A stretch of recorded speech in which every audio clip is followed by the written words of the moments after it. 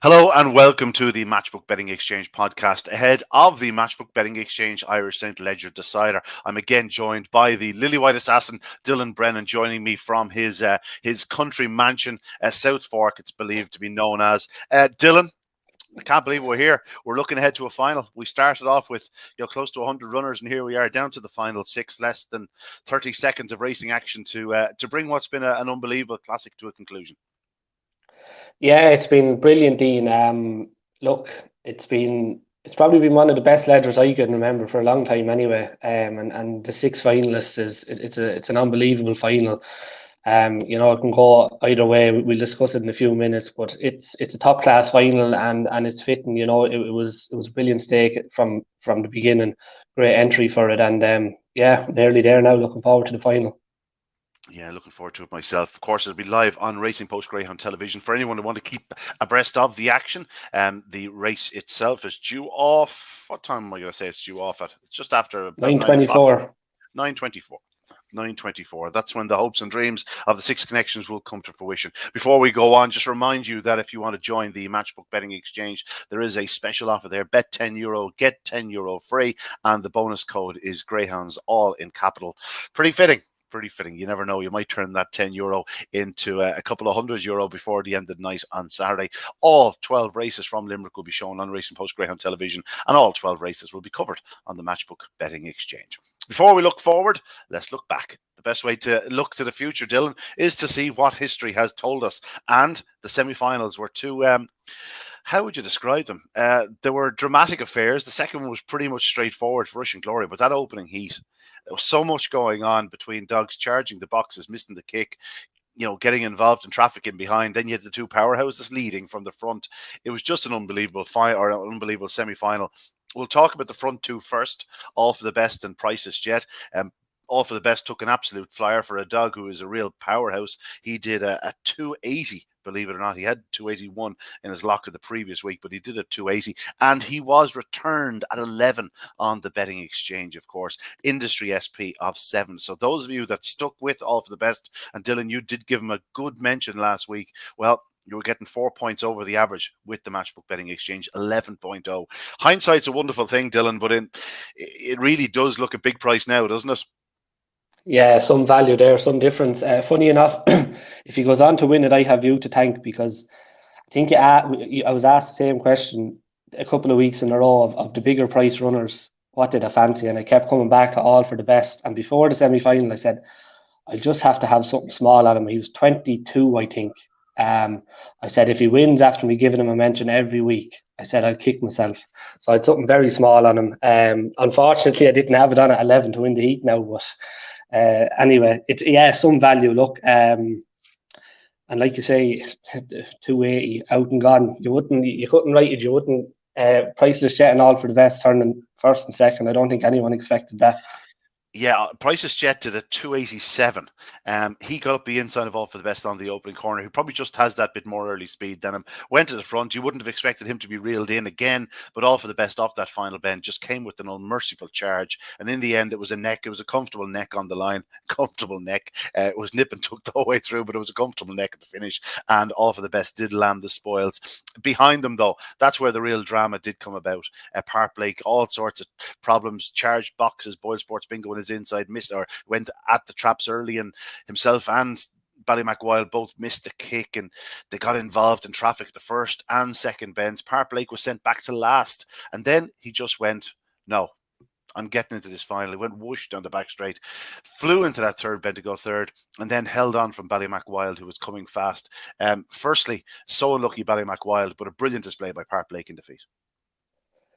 Yeah, poor old Wild. He just seems to get to the latter end of these competitions, and his luck seems to run out. But I think all credit to Park Blake. We're from the early rounds we were used to seeing him, away and gone making all, but he showed a different side to himself the other night, which is good to see as well. Look, he was right up against it, but the instant acceleration once he found his feet down the back after getting shuffled back was just, it was extraordinary. He left the likes of Ballymacwild, Boyle Sports Bingo, Fast Fit Paddy. He went by them as if they weren't even there. And he has that. He has that instant acceleration when he hits the ground, and look, he held on in the end, but he had some running to do to get into the position he was. And look, he deserves to be in the final, in fairness. No one will begrudge him that. I think he's been the star of the show so far, along with Russian Glory. And, the two of them are there, and it's a mouth-watering clash now on Saturday night. Yeah, just briefly, Russian Glory showed everything. Early speed, pace down the back, stayed on well. Just a very, very professional display from him. Thought Deerjet Sydney ran a big race in second spot. And of course, Westmead Merlin. Westmead Merlin's going back a few years before your time. Ballymac Merlin was the third qualifier. It was a good heat, but Russian Glory just did everything right. Yeah, and he has been the whole way through. He's yet to be led in the competition. He's done it from 1, he's done it from 2, he's done it from 4. He's just one of them dogs. I'd say you can put him anywhere, and he'll do his running from that box. Look, he's the connections will be hoping for one more big run from him now Saturday night. But look, again, he deserves to be there. Deerjet Sydney was brilliant. I think I said it last week. He seems to be getting better with every run. I think personally, I thought last week was probably his best run of the competition so far. I think he had few excuses in behind. He probably was never going to beat Russian Glory, but it was a massive run from him. And I was delighted to see Ballymac Merlin go through for connections after Ballymac Wild being unlucky in the previous heat. Yeah, and so we're left with 6. I was going to say we'll look at our anti-post fancies now at this stage, but of course, anti-post final, it's all the same. Just to mention that we did give a couple of these a mention, as you said, during the stake. Prior to the second round, I suggested Russian Glory at 30 was too big. You suggested that Deerjet City at 18.5 would certainly give you a run for your money. And that's exactly what he did, Dylan. He gave you a run for your money, and he's still there. He's a 5.3 chance now. Russian Glory currently 2.96 on the exchange. If you backed both of them, you'd be happy enough. You've also, of course, did mention all for the best on more than one occasion. So, even Price's Jet was given a couple of good mentions too. So there's in reality plenty of people out there sitting on anti-post vouchers or sitting on a nice green column there in their Matchbook betting exchange. And I'm looking at the prices for the final from the top. It's worth pointing out that it's very much an ascending order. At present, Russian Glory favourite, Park Lake second favourite, Deerjet Sydney third favourite, and so on. They get bigger. The prices get bigger at the further out you go. Russian Glory 296 and Park Lake 320. They're the two that are taking up most of the percentage in the market there. I suppose I'm not saying it's a surprise that Park Lake isn't favourite, but initially everyone seemed to believe that Park Lake probably would be favoured, but then that the money would level it out with the two of them being nip and tuck. Of course, it's a good few hours to go to the final. It could go either way. You'd expect plenty of money to be matched on this with it being on Racing Post Greyhound television. Which of them do you think will start favourite, Dylan? I don't know. Looking at that and hearing every people's opinions throughout the week since the semi-finals, I think Russian Glory could actually go off have I think I said last week, I think Park Lake was before the semi-final to win it out. I think it was 3.05 last week, and I said no matter what way he gets to the final, he won't be any bigger. There you go. Now he's 3.2. Look, I think Russian Glory. Look, there's not going to be much between them, but I think Russian Glory might just purely on the draw. I think that's what a lot of people might latch onto. That he'll have the inside line of Park Lake, and I think he might just go off favoured. It's dangerous to talk about ifs and buts, but shall we say we reverse the boxes? Park Lake would be considerably shorter. He'd be around the even money chance. Am I wrong?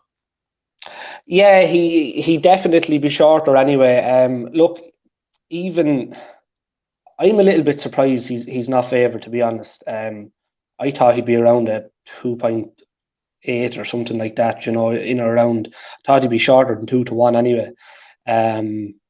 But I think, like you say, it's probably based on the draw that's the way the prices are. But there's not much. Look, I just think the one thing with Park Lake is it's the same for every, they're all going to have to come away. Look, whatever misses, it's going to be in trouble, so you can make that case for all of them. But off a level break, I'd be having Park Lake every day of the week. Okay. I'm not going to pin my colours to the mast just yet. We'll go through them. Looking down through the prices, Deerjet Sydney is 5.3. I think that's plenty tight enough. I think he'll be bigger on the night. I just don't see how he's going to lead either of the top two. And if he doesn't lead them, I don't know how he can beat them. All for the best. you see there is 8.6. So that's different to I have him 9.8 in mine. Beg your pardon. I actually went into the anti-post market rather than the race market itself. Excuse me. So everything I just said was completely wrong. But off the best is 8.6. You can see why he is capable of that smash start. If the inside trio did happen to get involved, he's certainly capable of landing the spoils. Ballymacmurlin is a 9.8. I think he'll be closer to the pink side. I think he'll be closer to the 14.5. I wouldn't be surprised if he was even bigger on the night. So he's one, if you were fancying Ballymacmurlin, perhaps wait closer to the time, because from his draw, I'm not sure he can lead those on his outside or his inside, and he's not going to be coming from off the pace to beat this field. Price's Jet is the one that interests me at 12.5. I thought that was perfectly fair. He is capable of going up very fast. He was only a hair's breadth from going around in front in the Champion Stakes decider. If he had, he would have gone on to win that competition. He's already the Corncucullen champion. Just a dog that seems to be running very well in himself. I know he was out-trapped by Off of the Best last week, but he showed superior early speed to him. And if he traps on level terms with Off of the Best this week, I could see him being right up there, perhaps behind Rushing Glory and Park Lake, unless they clashed. And if they did clash, which is possible, Rushing Glory may be moving off the fence slightly. Price's Jet might just find himself sweeping around on the outside. I think that 12.5 is pretty big. Now, to the race itself. Let's ignore the prices for a moment. Dylan, just give me your thoughts on the 6. What way do you think the race is going to go? Yeah, look, I think it's going to come down to the inside too. Anyway, I would have boxed what happens there with Deerjet Sydney. Look, the 2 on the inside are going to have to come away level or ahead of Deerjet Sydney. If Deerjet Sydney flashes out and is a length up on them out of the box, they're in trouble, because the first gap he gets to go to that rail. Straight across. He's going straight across. Yeah. It's, in fairness to him, if he comes away level, he'll probably run up to the bend straight enough. But it's almost like he always has an eye on that gap for the rail. And that's what I'm saying. If he comes away, if he flashes out, which he can, he hasn't really done it yet so far, but he's slowly getting better, I think, on the braking as well. He's gone 287, 285, 283. If he improves again, takes a flyer, as a length or so up, half a length up, he'll go across, and then the 2 inside dogs are going to have a... What does he need to do? Does he need to do a 275? Yeah, I'd say he'll have to be going into the 270s anyway, I think. Now, like I said, I wouldn't be surprised if he does. He's more than capable of it. And there's just something, I still think there's a big run in him. Like I said, the draw is tricky, and it's probably hard to see the 2 inside dogs, both of them coming out behind him. But look, I don't know. I just think on the draw, I don't think there's going to be much in it going to the bend unless Park Lake comes away in front. If he comes away in front, it's race over. I think even if he comes away level, like I said, I think he leads and probably leads a comfortable length maybe. Just with Rushing Glory, he's got loads of early. Like I said, he hasn't been led yet, but he's just the type of dog that it's like he doesn't really get going until the closer to the bend he gets. That's when he really starts to hit top gear. As with Park Lake, he just has that instant acceleration. As soon as he hits the ground, he's gone. And I even think if Rushing Glory come out with half a length ahead of Park Lake, I'd still expect Park Lake to probably just get to the bend ahead of him. So look, it's obviously not just between the two, but at the prices, I'd struggle to get away from Park Lake. I thought he'd be much shorter, to be honest, and I'd be more than happy at 3.2 to have a play on him with at the back up there of Deerjet Sydney and All for the Best. But yeah, it'd be Park Lake for me. I think he'll make all. Yeah, I can see the arguments you're making. I just feel in the final, things can get tight. You know what I mean? If Rushing Glory does take that step off the fence, and Deerjet Sydney, while he won't dive inwards, will certainly edge in a little bit. It just might just get a bit squeezy in the middle. I'll go with Rushing Glory because I think he's more likely to get a clear run than Park Lake in those opening 10 strides where the race could be won and lost. I will nominate Park Lake for second spot, but Deerjet, or Price's Jet, should I say, on the outside is that 12.5 is certainly attractive. Yeah, it's big. I'm on a bigger prices. I'm on a bigger prices than that, so I won't need to play. But at the same time, if I wasn't, that's the from a purely punting point of view. If I was just coming into this race clean and wanted just a little bit of an interest bet, that 12.5 is the bet that would attract me. But I'll go with Russian Glory to land the spoils, 296. I don't think he'll be much shorter, if shorter on the night. I could see Park Blake going off shorter than the 3.2. So perhaps if you were backing Park Blake, now's the time to do so. If you are backing the likes of Deerjet Sydney, Ballymacmurlan, and maybe off of the best, I think I'd wait till closer tonight. I think he'll be a bigger price on the evening. I think they'll all be bigger prices in the evening, with Ballymacmurlan especially likely to be probably double the price he is at present. That's the beauty of the exchange, that people can have an opinion right off to the very off. Again, it's a cracking Leger final, Dylan. Really looking forward to it. And I think Matchbook have been, I think they've landed on their feet with this Leger. Yeah, 100%. You know, all credit to them. And they got, like I said, it's as good a Leger as I can remember anyway. So, you know, hats off to them for the sponsorship. And look, like I said, they've got a final now. It's just, you know, like you say, it's one of them. Even with the bigger price dogs, you can make a case for everything in it. You know, it's not, and whatever wins it, I don't think you'll be like, "Jeez, that was a shock," or that, you know, because they're all capable. Even Ballymacmurlan there, I know his makeup is tough, but he's more than capable of bouncing out there and doing a big run. I was listening to Liam Dowling during the week too, and he says he's probably as good as he's ever been. So, no, brilliant final. Really looking forward to it, and hopefully it's a clean run race, and may the best dog win. Absolutely, and best of luck to all 6 finalists. We want them off safe and sound, but we also want a thrilling race, and I think it's pretty much inevitable we will get a thriller. Of course, all 12 races are live on Racing Post Greyhound Television. Have you looked through the remainder of the card, Dylan? Is there anything that catches your eye? Yeah, I was there last week. Owen McKenna has a dog in the second race. It's the pups race. Man Like Tom is his name. He's in trap 2 in the second race. He was a massive eye catcher last week. He's drawn in 2. I think it'll be suiting better than he was in 1 last week. He just took a little step out to the right. I think with a clear run, he takes an awful lot of beating. He'd probably be right play of the night now. And the 6th race then at Lacazette, I think he's slowly coming back to top form. I can see him turning handy in that, and I think he probably takes a bit of beating. If he comes back to the form he showed in Shelburne back in August, I think he's a good thing. And I suppose we can't go without mentioning the consolation final too, the Matchbook consolation. Cracking lineup for that. Fast with Paddy, Glengar, Bale, Sweep the Yard. You know, so Glengar Bale was one of the anti-post plays too, so I'm going to have to stick with him now in the consolation. Good man. The consolation is an absolute minefield. I tend to stay away from them. A lot of dogs don't really carry their form into it. You often get surprises in that. One that catches my eye, Balnakill-Jet. I think he's been well and truly dropped for the sprint on the 4th race in the card, the 8:13. He's been arriving into the corner against really top-class sprinters in Shelburne Park. And with the exception of Milrose Melody, I don't think these are top-class sprinters. So I think he might just get to the front before the bend and not be forced to check his stride. I do agree with you at a Lacazette. If he produced anything like his best form, he'd be different gravy to them. But the one I'm going to mention later on the card is Bocco's Leah. I noticed that she's been put up at 3-1 in the form guide. You can take the form guide prices often with a pinch of salt. The same could be said for the sprint. Of course, Balnakill-Jet wasn't tipped to be in the first 3. I can promise you he'll be in the first 3 if he does things right. Bocco's Leah, I think she's a potential star. She's in the 9th race, which is the bitch race. Due off after the final.